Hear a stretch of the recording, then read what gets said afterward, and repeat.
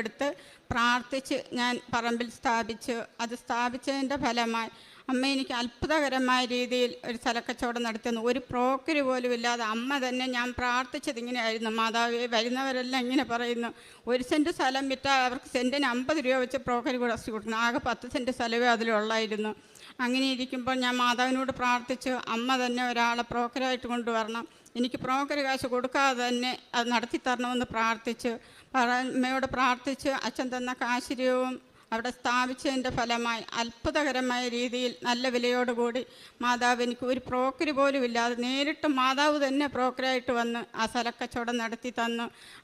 എനിക്കതെല്ലാം നടത്തി തന്നില്ലായിരുന്നെങ്കിൽ എനിക്ക് പണിക്ക് പോകാൻ പറ്റാതെയായി. അസ്ഥികൾക്കെല്ലാം തേയ്മാനമായിരുന്നു.